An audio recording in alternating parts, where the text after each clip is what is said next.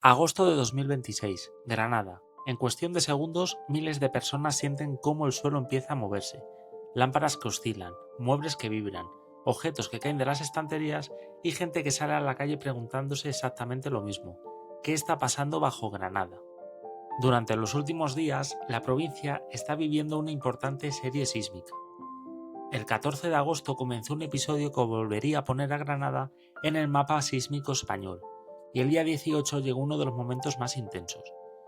A las 10:37 de la mañana, un terremoto de magnitud 4,8 y apenas 5 kilómetros de profundidad sacudió Granada y su área metropolitana.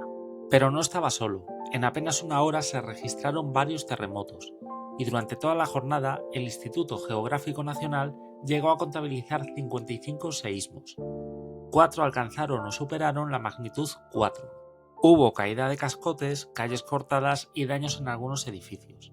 3 personas resultaron heridas leves. Incluso la Alhambra tuvo que permanecer cerrada temporalmente mientras se evaluaban daños localizados. Y los temblores continuaron durante la noche. Granada estaba viviendo una auténtica serie sísmica.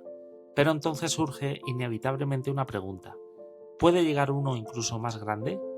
La respuesta no es sencilla, porque los terremotos no pueden predecirse con precisión. No podemos saber que dentro de 3 días, 3 meses o 30 años se producirá un gran terremoto, pero sí sabemos otra cosa. Granada ya ha vivido terremotos muchísimos peores, y no solamente Granada, porque aunque cuando pensamos en grandes terremotos solemos imaginar Japón, Chile, Turquía o California, España también tiene una larga historia de destrucción sísmica. Terremotos que derribaron pueblos enteros, ciudades que tuvieron que ser reconstruidas, miles de viviendas destruidas y tsunamis golpeando nuestras costas. Catástrofes que dejaron cientos e incluso miles de muertos. Nos vamos hasta Cataluña, 2 de febrero de 1428. La zona de los Pirineos llevaba meses sufriendo una importante crisis sísmica cuando se produjo uno de los mayores terremotos conocidos en la historia de España. Su epicentro se situó cerca de Queralbs, en la actual provincia de Girona. La magnitud estimada alrededor de 7,3. Y esto es importante. Estamos hablando de una estimación, porque en 1428, evidentemente, no existían los sismógrafos. 22 de septiembre de 1522. Todavía era de noche cuando la Tierra comenzó a moverse violentamente en el sureste peninsular. El terremoto afectó especialmente a Almería y a diferentes poblaciones de las Alpujarras. Su magnitud se estima alrededor de 6,5. Pero las construcciones del siglo XVI estaban completamente indefensas ante un movimiento de semejante intensidad. 9 de octubre de 1680. Esta vez nos desplazamos hacia Málaga. Un terremoto de magnitud estimada cercana a 6,8 sacudió la zona de Alhaurín el Grande. La destrucción alcanzó numerosos municipios. En la propia Málaga, aproximadamente un 20% de las viviendas quedaron destruidas y el otro 30% resultaron inhabitables. El terremoto provocó alrededor de 70 muertos. Y aquí empezamos a encontrar un patrón. Almería, Granada, Málaga, Murcia, Alicante. ¿Por qué tantos terremotos en el sur y sureste de España? Porque la península ibérica se encuentra cerca de una zona extremadamente compleja desde el punto de vista geológico. Al sur tenemos la interacción entre las placas euroasiática y africana. Las fuerzas generadas durante millones de años han creado fallas que continúan acumulando y liberando energía. Y cuando esa energía se libera bruscamente, la Tierra tiembla. Y llegamos a uno de los mayores desastres naturales de la historia europea. 1 de noviembre de 1755, Día de Todos los Santos. Son aproximadamente las 9:30 de la mañana.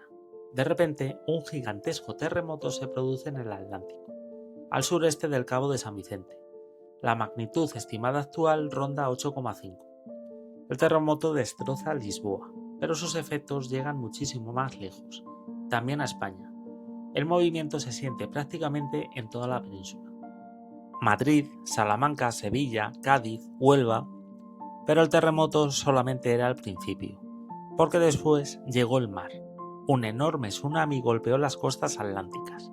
En algunos puntos las olas alcanzaron alturas extraordinarias. Las costas de Cádiz y Huelva resultaron especialmente afectadas. El agua arrastró embarcaciones, destruyó edificios e inundó zonas costeras. El fenómeno llegó a sentirse incluso al otro lado del Atlántico. El terremoto de Lisboa cambió la forma en que Europa entendía los desastres naturales, pero España todavía tendría que sufrir terremotos con epicentros aún más cercanos. 21 de marzo de 1829, Alicante, la Vega Baja del Segura. La Tierra llevaba meses avisando. Desde septiembre del año anterior se estaban produciendo terremotos en la región, hasta que llegó el gran golpe. Un terremoto de aproximadamente magnitud 6,6 sacudió la zona de Torrevieja. La intensidad alcanzó niveles 9-10. Torrevieja quedó prácticamente destruida.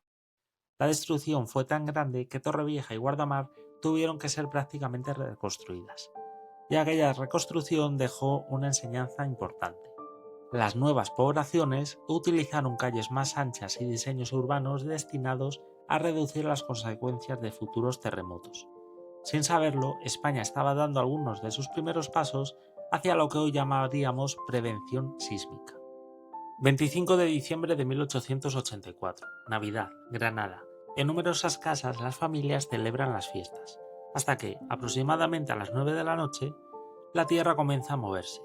El epicentro se localiza en Arenas del Rey. Con una magnitud estimada de 6,5 y una intensidad de 9-10, la Tierra comienza a moverse y comienza la destrucción. El balance fue terrible.